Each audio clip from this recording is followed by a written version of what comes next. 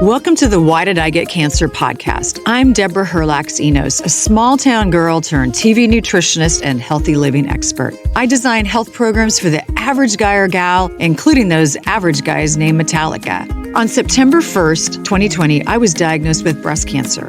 I asked every oncologist the same question, why did I get cancer? But none of my doctors had good answers for me. I wanted answers, and that's why I started this podcast. I want to help you to lower your cancer risk and provide self-care tips for those in the battle. I'm getting answers, and I want to share them with you. Dr. Jantz, welcome back to Why Did I Get Cancer? I am giggling because how this podcast even happened today is you passed me a note after church a couple of Sundays ago. We were standing in line getting coffee. I was talking to you and your wife. You were, and my husband was there too, and we're all just gabbing about the podcast and your appearance and how it's one of my most downloaded episodes. And I said we should do this again. And then about 10 minutes later, you said, I think I have a topic, and you handed me this note. You said, look at it later. That's right. Put it in your pocket. And I got in my car, and it said the impact that toxic people can have on your life and on your health. And I thought, oh my gosh, that is a phenomenal topic. So welcome, Dr. Good to see you today. And I hear you today, Deborah. And yes, I think toxic people is a bigger issue than maybe what we realize. Yeah. Well, unpack that a little bit for me, because at any given moment, we can all say, I've got a toxic family member, or even somebody who cut me off in traffic. Is that considered a toxic person? It might be. Well, we all have at least one. Some of us may have more. Maybe you're in the workplace, or maybe it is a relative. But a toxic person is one that devalues you. When you're around them, you usually feel, I'm going to use a psychological term, slimed. You feel slimed. And what I mean is, it's like, I just feel icky when I'm around this person. And you can't always put your finger on it and go, what is it? But maybe you don't feel heard. You don't feel listened to. Maybe you notice there's some frustration or anger that seems to come up within you. Or maybe you feel afraid. And every time I'm around this person, I feel anxious. And you don't really know for sure what's going on. But that can be the effects of a toxic person. Now, just imagine if you live with one, or you live with a person that in the workplace and you're with them every day. Over time, that does have an effect on our health and well-being and our sense of self. Right. I mean, it's got to have a huge impact on your health. If you are constantly in a state of, you want to get away from this person, but yet they're your boss, or they're your coworker, and you're on projects with them all the time. Yes. Yeah, your stress level, so your cortisol is going to be pumping, your stress hormones pumping through your veins all the time. That impact cannot be good. And so here's a couple things to look at. Maybe you feel like, I think I might have a toxic person. Well, are you, besides avoiding them, do they use some brain space? Are you thinking about them?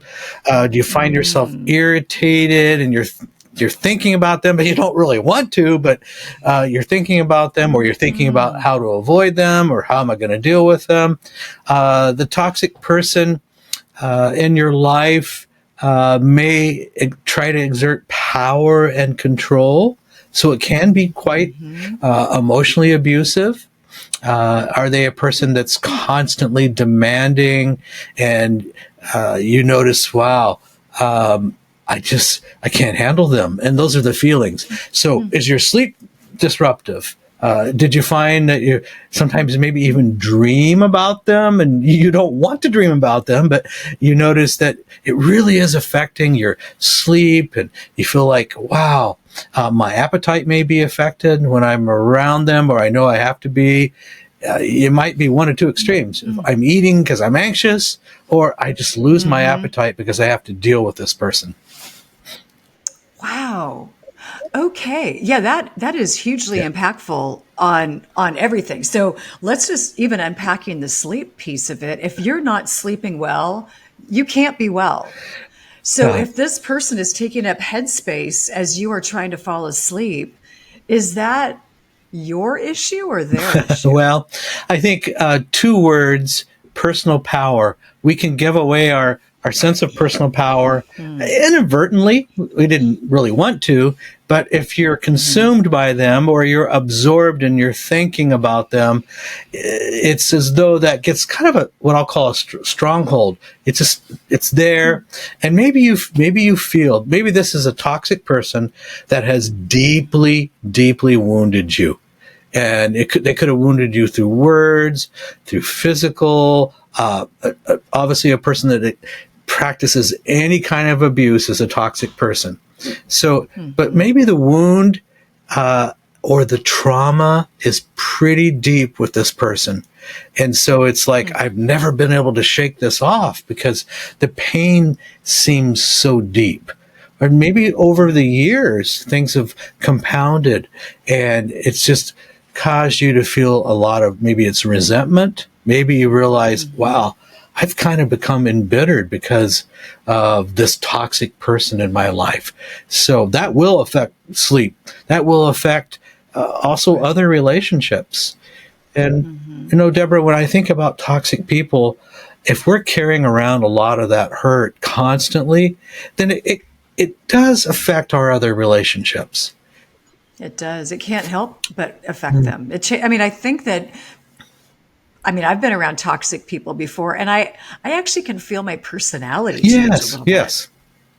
Oh, I'm so glad you mentioned that, because here's what might happen. If you're around a toxic person, you may suddenly feel younger, or you feel more maybe a little less immature, and they just cause you to feel that you're not as worthy, and so you feel less of a person. Now, yes, yeah. Sometimes they do it in words. Sometimes it's just their presence. Sometimes it is just their presence, and you just feel something coming off of them that makes you feel like you're, 5 years old and you're in trouble. Right. Yes. Yeah. And this could be, we have to look at this through all the lenses of the whole person. So there could be a real spiritual issue. And there could be really issues that are related to personality, even personality disorder.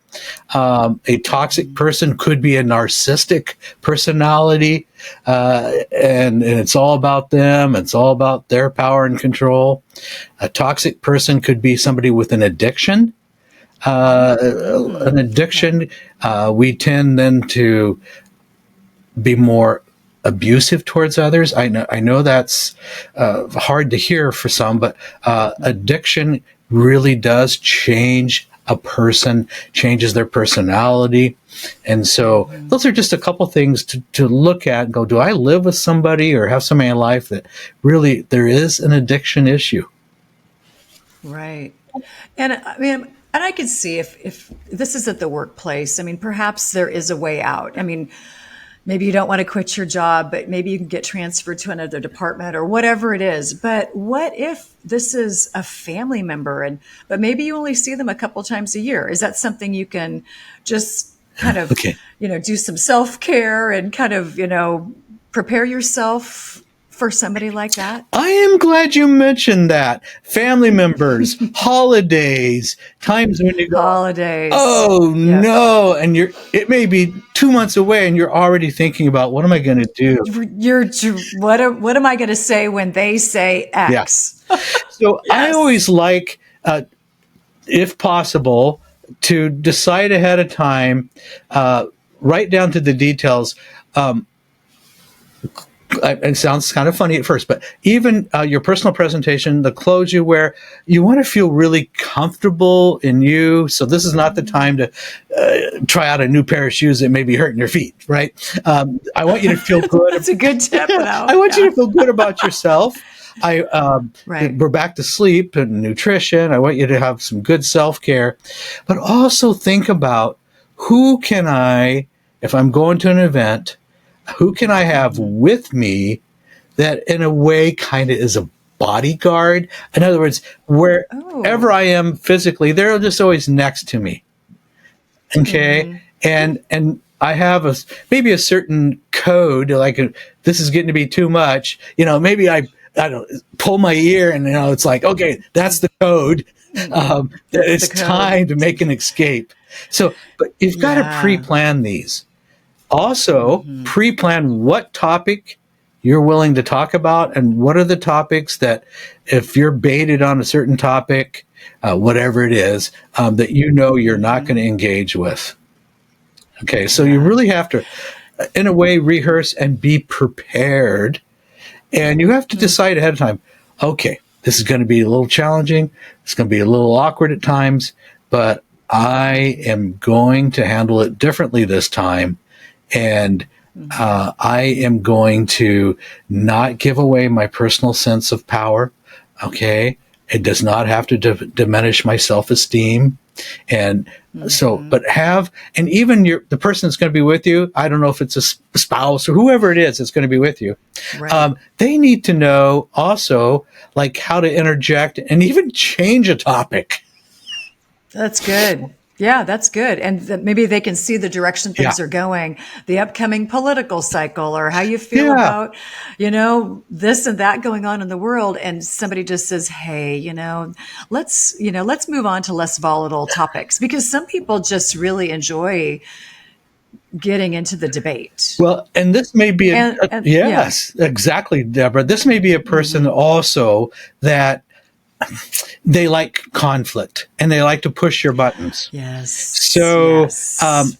you're just not going to have your buttons pushed. You're not going to respond in the same way. You're not going to be angry. You're not going to start crying. Okay, you're going to handle this one differently. And so that's where we want to maybe rehearse. Your person that's, I call it a bodyguard, but your person that's with you, they need to know what are the topics, what are ways that they can interject. But don't go into these situations alone if you know maybe that you're going to be a target of emotional abuse, if there's still a lot of pain in that relationship. Find a way not to do that alone.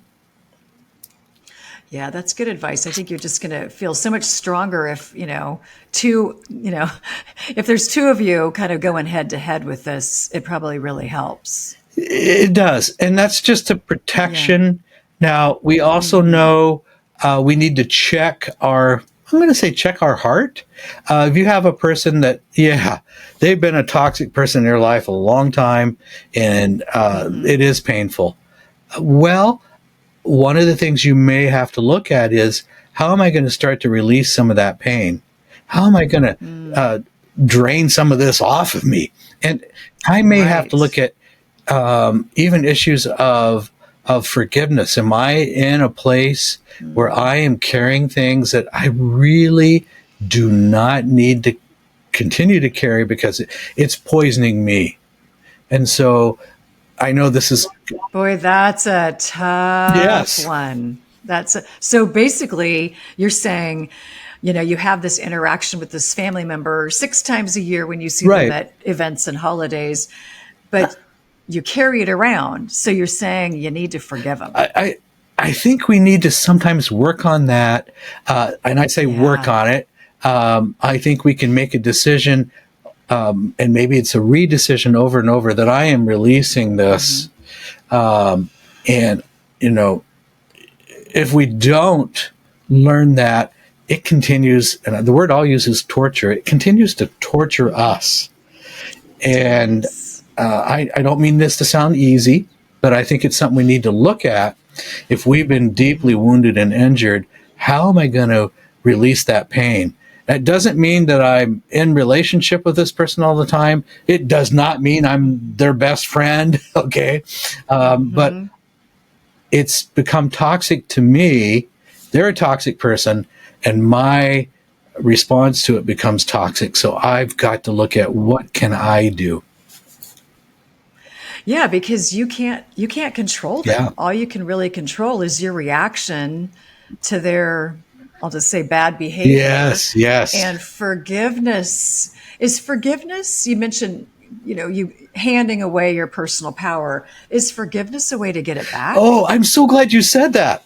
And yes, working on and practicing forgiveness is a way that we regain not only our personal power, but we regain our well-being.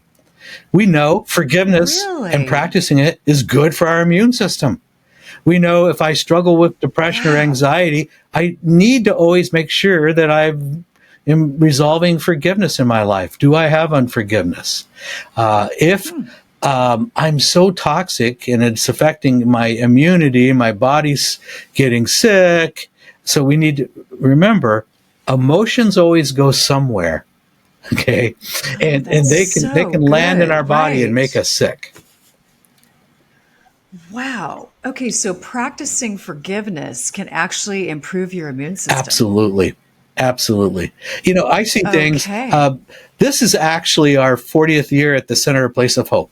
And I can tell you over the years, if there's one single issue that comes up most often for our clients, and it really does revolve around forgiveness, unresolved hurt, unresolved pain.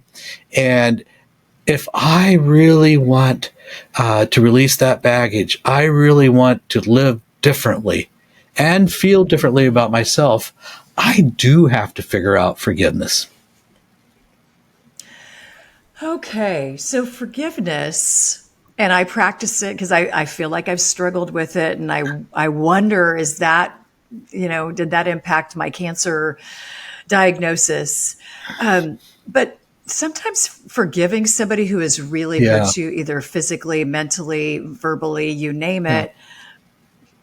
it, it it can feel like a sign of weakness. Oh, yeah. It can't. It go, okay, am I giving in to them? And I'm just rolling Right. over, going to forgive them. Forgiveness, Right. I'm a doormat. Yeah. yeah. Forgiveness never implies that they're right. Forgiveness does not imply, um, you know, that in any way you have to be in relationship with them. So I do know, just because I see, if I forgive, I'm going to have healthier other relationships. Unforgiveness can affect my ability to be close and intimate with people. It affects my ability to trust.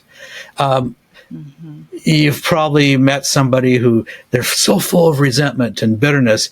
They're looking through the lenses of resentment and bitterness, and they misread people's motives. They think everybody's against them. So, You say something so to them, true. and it totally gets misinterpreted, and you go, "What?"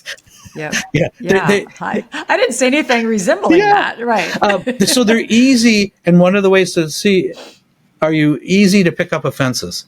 Are you easily offended? Then that's probably a clue that we need to look at forgiveness. Oh my gosh. Could you say that Yeah, again? well, if I'm just so easy to pick up offenses, I'm offended Yeah. by everybody and everything, right? Yeah. Somebody, I go, they didn't look at me right, or they didn't smile at me, and you take offense. Right. Um, so taking and picking up offenses is going to it's going to poison you emotionally, but it's also a sign that there's Right. unforgiveness in your life. Oh, that is so simple. I mean, it just makes you recognize something that maybe you wouldn't have recognized otherwise. Right. And you will feel better. I can tell you forgiveness does impact sleep. It does impact our body and digestion. It affects our posture. You think of an embittered person, you might think of they're all hunched over and they're all stiff. Right. I have Yeah. seen clients who really worked on forgiveness, and they begin to look at this, and suddenly years of joint pain that maybe was called arthritis and just joint and aches and pains. It's like all that got released from my body. And so there Really? is a physical implication. I don't always know what it's going to be, but I know it's going to be positive.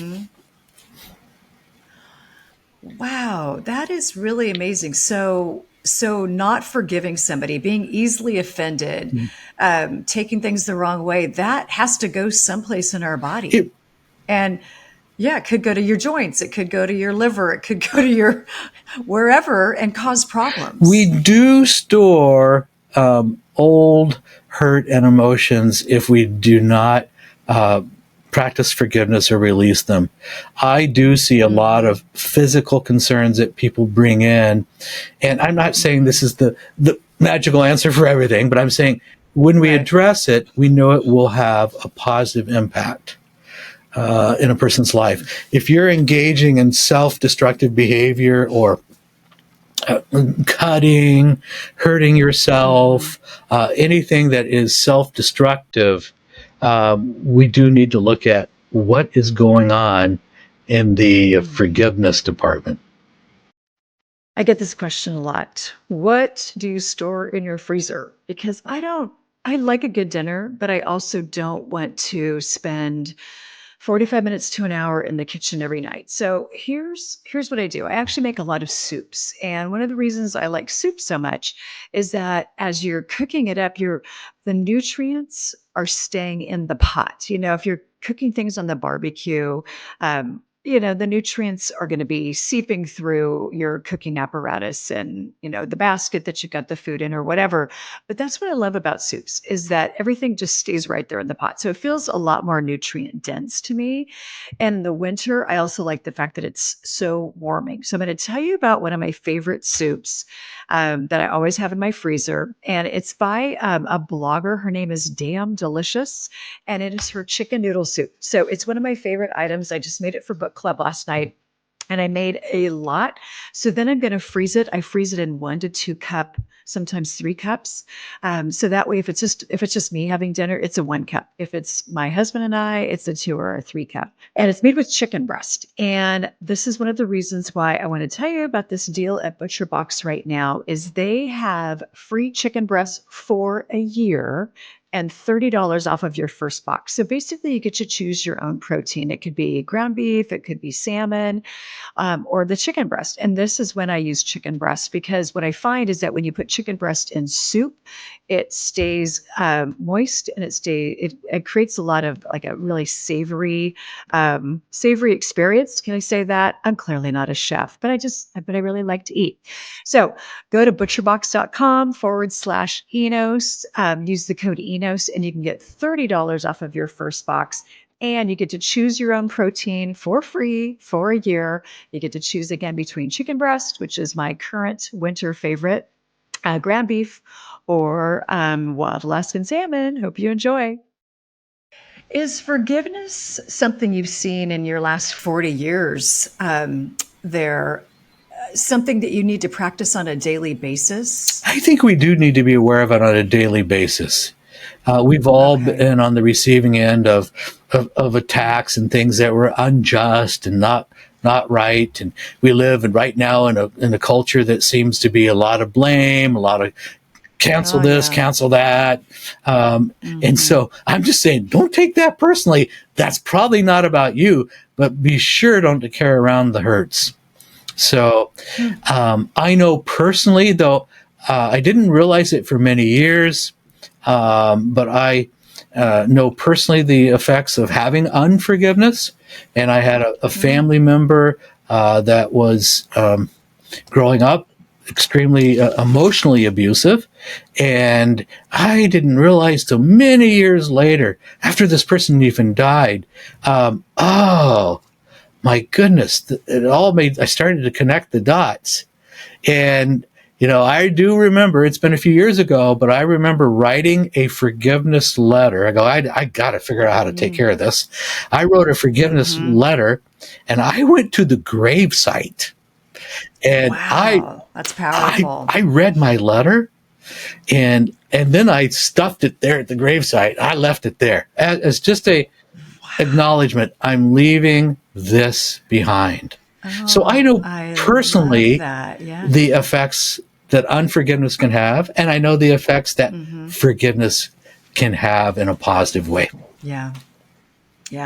And forgiving a person, doesn't, as you said, doesn't condone their behavior, but I've heard it said that, not forgiving is like drinking poison and expecting the other person to die. It's well said. And yes. Yeah. And I think that's a really simple way to look at it. So this is why not easy to do. This is why, look at the potential toxic people in your life and then look at your reaction to it.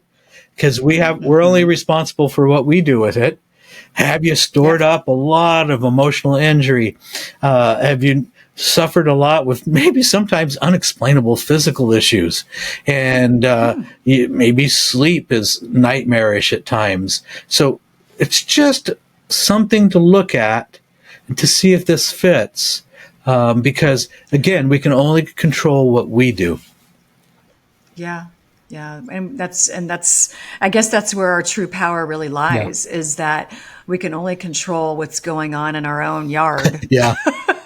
Speaking metaphorically, in our own yard, that's all we can control. And to think that we have any control over a person's reaction or how they're going to speak to us, it's not going to happen. And by the way, we'll always have some toxic people in our life.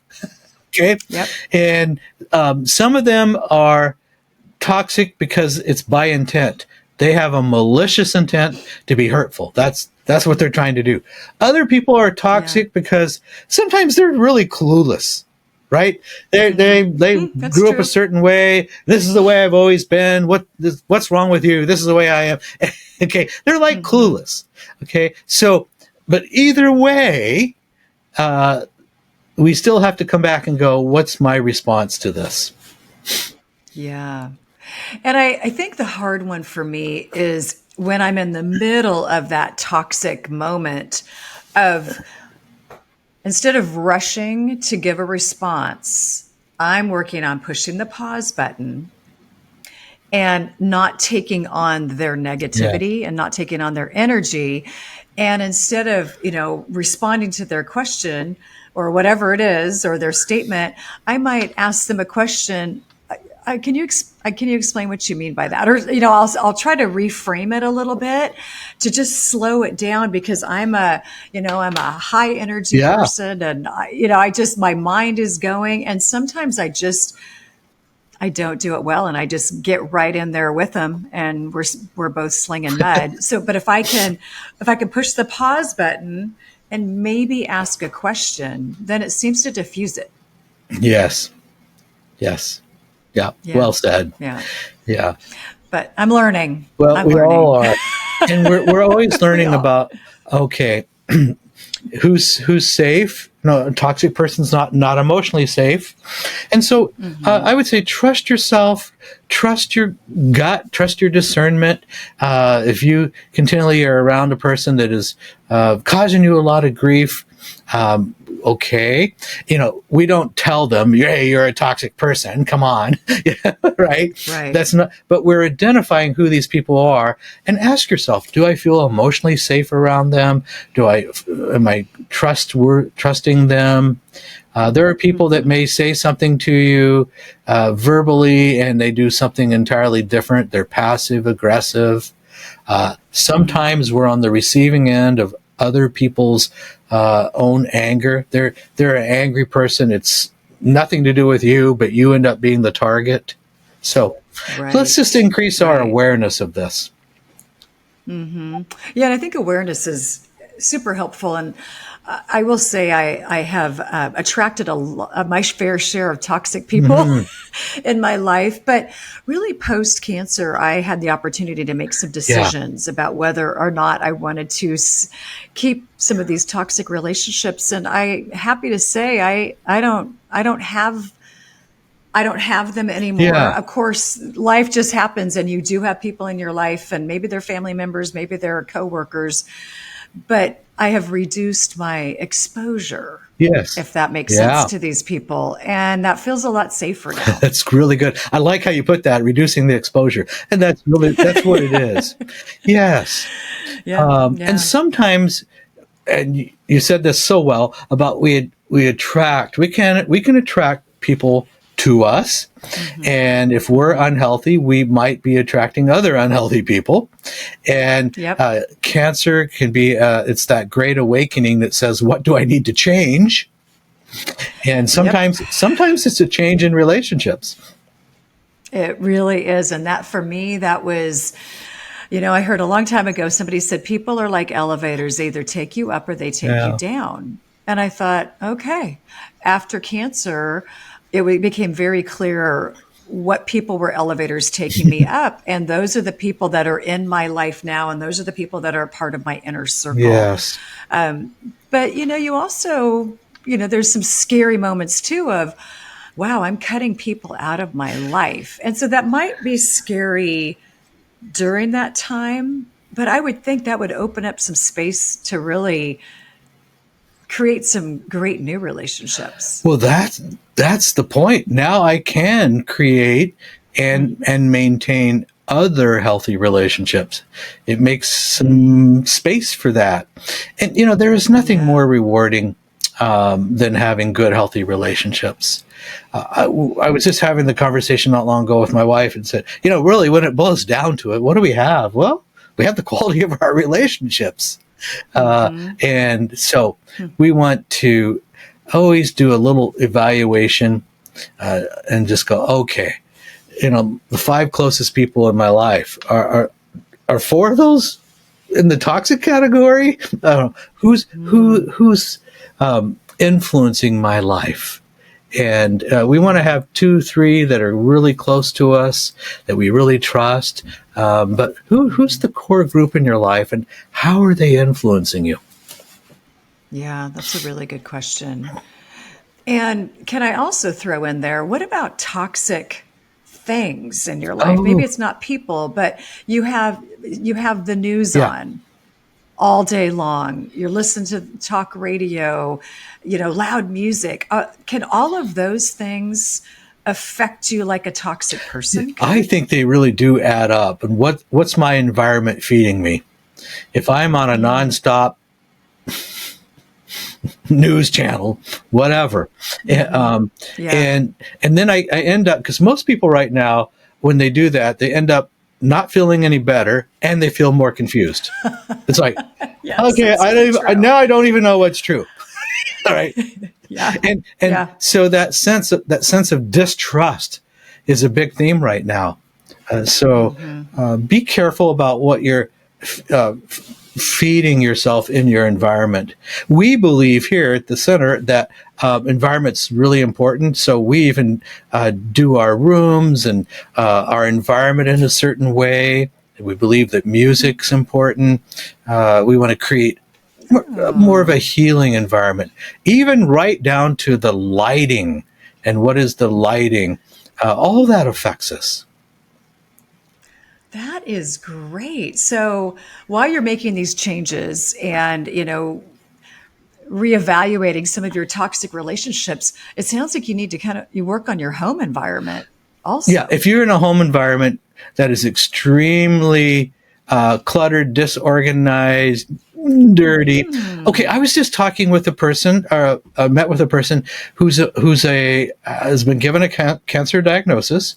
And the home would probably look like a hoarder's home, and just everything is disarray, stacks of things everywhere, and everything in that person's life seems out of order. And so I need to create order and order in my space. That's a part of my wellness. If I have a stack of things that I'm avoiding and I keep adding to it, I'm creating more and more mental clutter. And a lot of that really does have a negative effect on us. Boy, it really does. And clutter, I just know that when I get home and, I'm just kind of flinging stuff on the counters, that I've just gone to Costco and there's just stuff everywhere.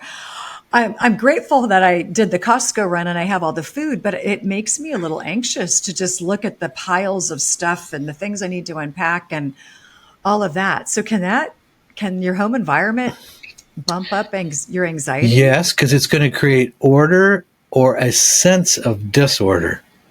So I would say even how are we letting natural light in? Okay, not when it's time to sleep, but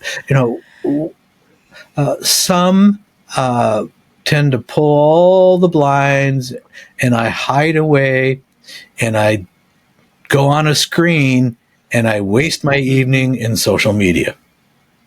Yeah. And the question is, do I feel better or worse? Well, we already know if you already struggle with some depression, anxiety, the more time I spend online, the worse I feel. I don't feel any better. Really? Okay. So, Yeah, I mean, I can feel that. I feel yeah, that too. I feel like it can be such a dark hole. Scrolling, or gaming, right? yeah, I mean, I know people who get home from work and they go into their gaming room and they're in there until midnight. yeah. So that escapism behavior, which is avoidism behavior, can become addictive behavior. So the person that is social media or digital addiction, the gaming, I will tell you, gaming disorder is real. Really? It is real. Okay. There are those that is the 32-year. I'm just going to make up a typical one, but a Yeah. 32-year-old male who's gaming every night, living in the parents' basement. I know Yeah. of a situation very similar to that, and the mom, Hmm. yeah, he's in his 30s. The mom will come down and bring him dinner so he can keep gaming. Oh boy. See what happens? Okay, that's not a healthy situation. That is so not healthy. Oh my gosh. So basically completely sedentary. You're Yeah. sitting in the dark. Mommy's still Oh, waiting on yes. you. Yeah. So, I just had an interview earlier today with a world renowned cancer doctor, and we were talking about how sedentary people have become Oh, yeah. and how terrible it is for your health. And when you look at all these young people now with cancers, it's the fastest growing group, one of the fastest growing Yes. groups, younger people like 20s to 40s with cancer. Yes. And she was saying, processed foods, being sedentary, a lot of EMFs, sticking your cell phone in your back pocket and, just letting it touch your body all day long. Or, Yeah. we've really gotten unhealthy. Yeah. No, that's a Yeah. really good point and something to look at. So we need other people, but we need healthy people Hmm. and we need activity. We certainly Hmm. need good nutrition. And Yeah. what are we feeding our mind with? So important. Mm. And by the way, So it is important. easy just to escape. Go, grab this right here, and I can get lost in it for a long time. And Oh, it's yeah. like any other addiction. You go, well, how long were you on social media? Oh, it was an hour. Well, it was really 5 hours, right? It's like how Yes. many beers did you drink? Oh, just one, but it was a 6 pack. So we get Right. lost. Right, we do. And I learned this when I was getting my nutrition degree is that my professors would tell me people always underreport their exercise or overreport their exercise and underreport their food. So when you're doing the survey, Yeah, yeah, I ran for 10 miles. No, you ran for 10 minutes. yeah, that's right. Yeah, so we're not always the Yeah, best judge of ourselves when it comes to our healthy behaviors. And I can see, I take this yeah. phone. I like to look at recipes. I like to look at pictures of rescue dogs. And next thing you know, 2 hours are gone. Yes, and it. I'm not saying having some time is wrong, but we lose our Hmm. boundaries around technology. And so as we look at toxic people, we got to also look at boundaries in our life, boundaries in relationships. Are we letting the Hmm. good or bad in relationships?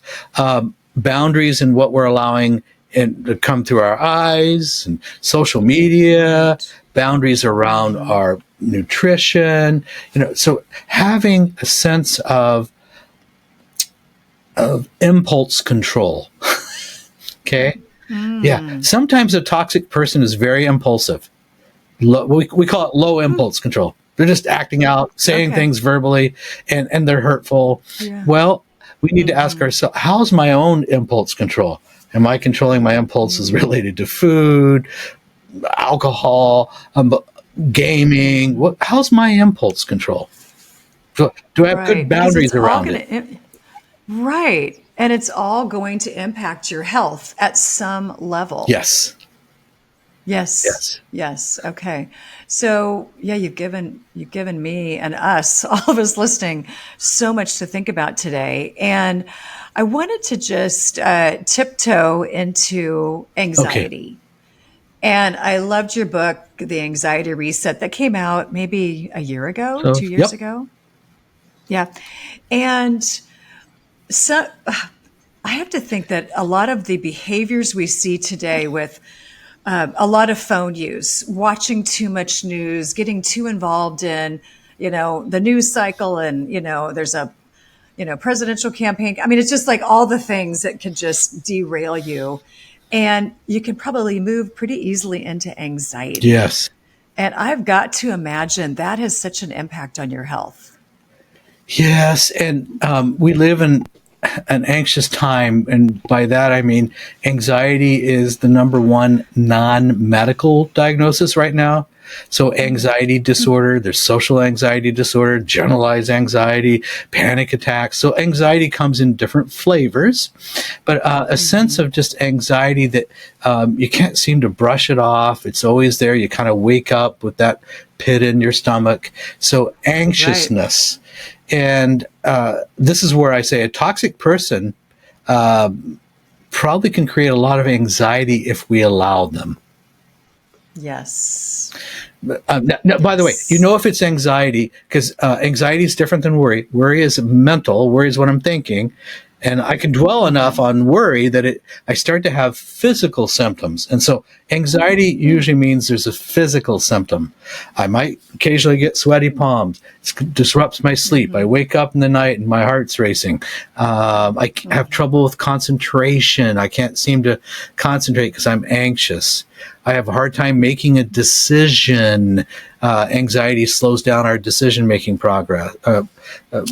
This part of our brain right here, the prefrontal cortex, that's where we're supposed to be making good decisions.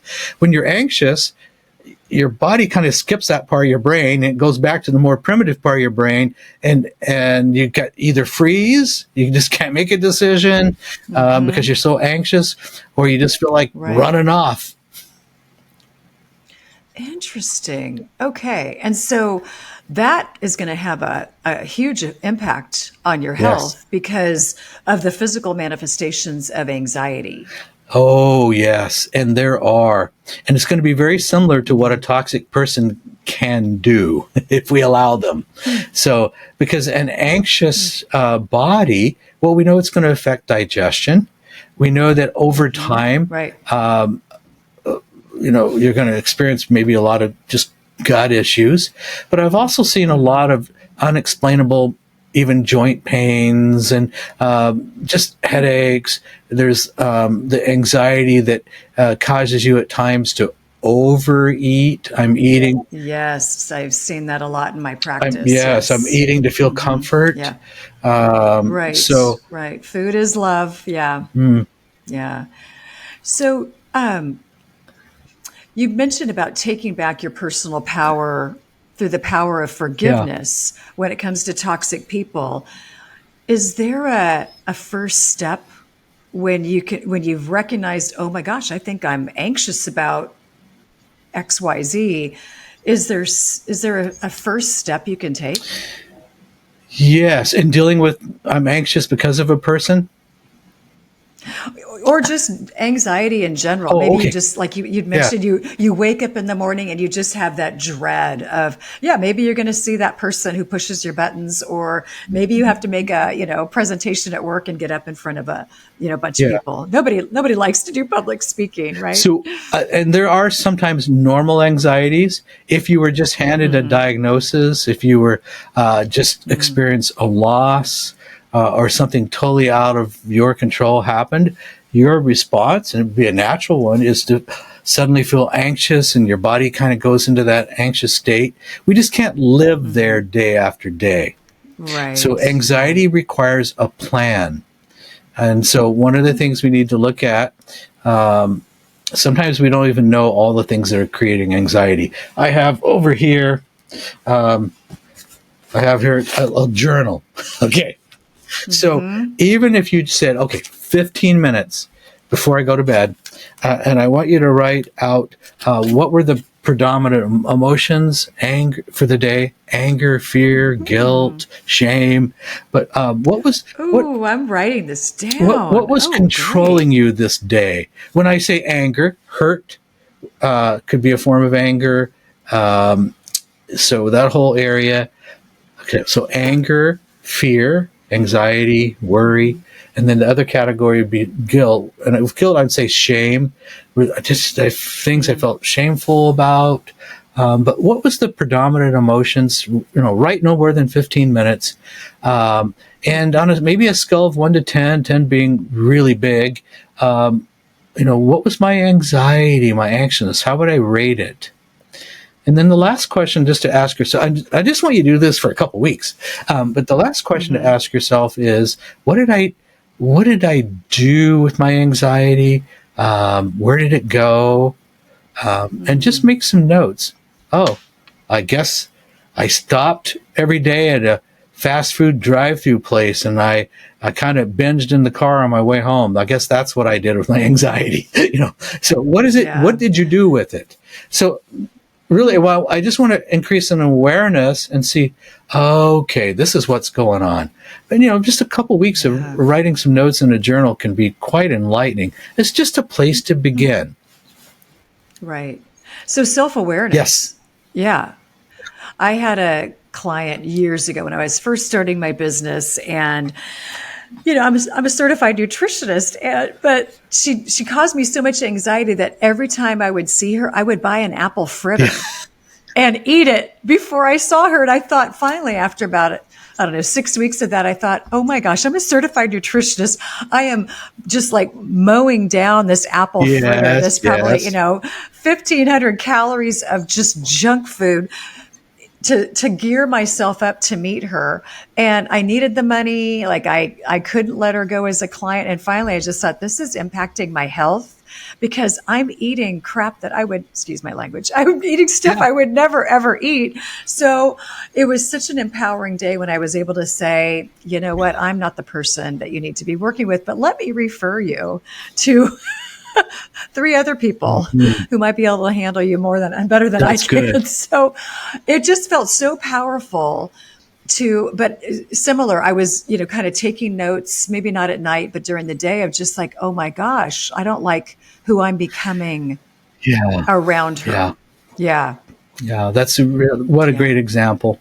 So, and I do want to say there is hope if you're feeling anxious and you feel like, man, this feels so overwhelming. Let's just start with some baby steps, and we'll build a plan over time. You mentioned the anxiety book, and part of why I put a 12-week plan is it takes a little bit of time, and there reaches a point too where it could feel so unmanageable, and you're not functioning well, and you know it, that it may be time to ask for some outside help and be willing to get that. That can be important. Sometimes we start to get awareness and we start, okay, I can make some changes, and you do, and you're successful. Other times we need help. Yeah. And to be able to ask for that help without judgment from the people around you or judging yourself, because we all need help at some point. We do. And that's just part of our journey. Yes. Yeah. This is kind of funny. I have like 100-page book because people like small books now.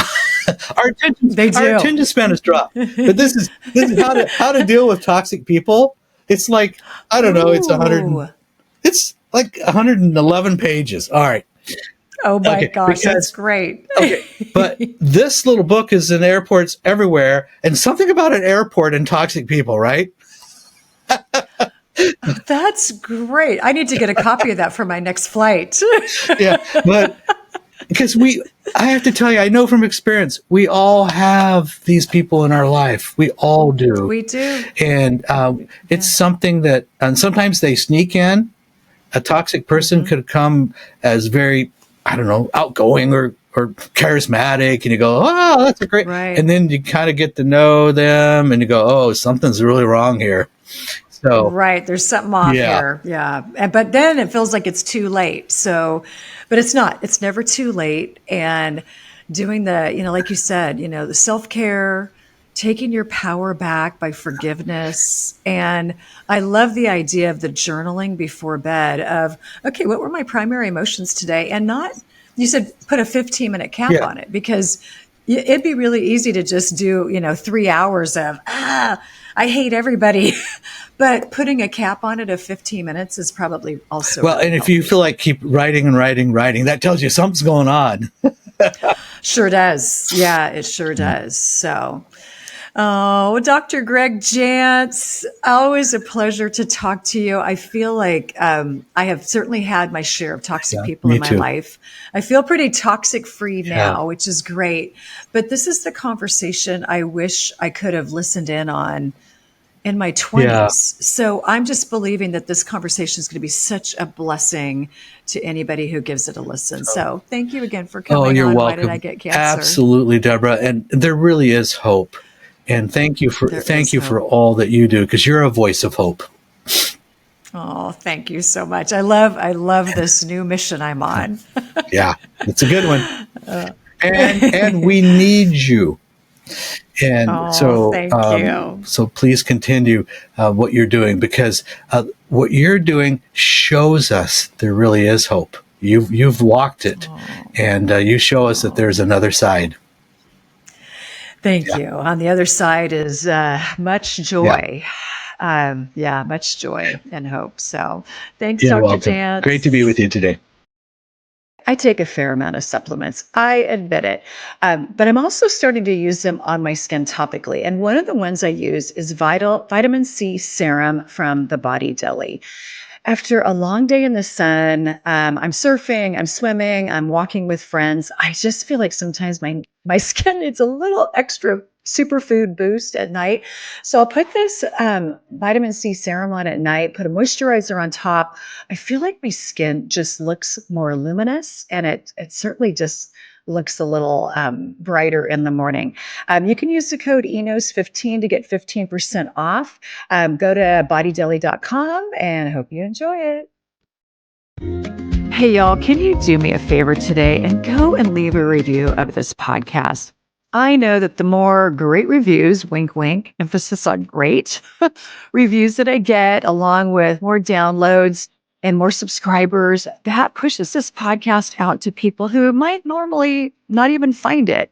And the reason I started this podcast, and my real heart for starting this podcast, is that I needed this information. It wasn't available. And so I started a podcast so that I could be a blessing to others. So you're a blessing to me just by being here. And again, thank you for your support. Thank you for your positive reviews and all of the notes that you send me. And also just want to say, hey, keep in mind, I'm not a doctor. And if you need medical advice, please reach out to your team. That is going to be just the best source for you because they know you. So again, I hope you enjoy this podcast.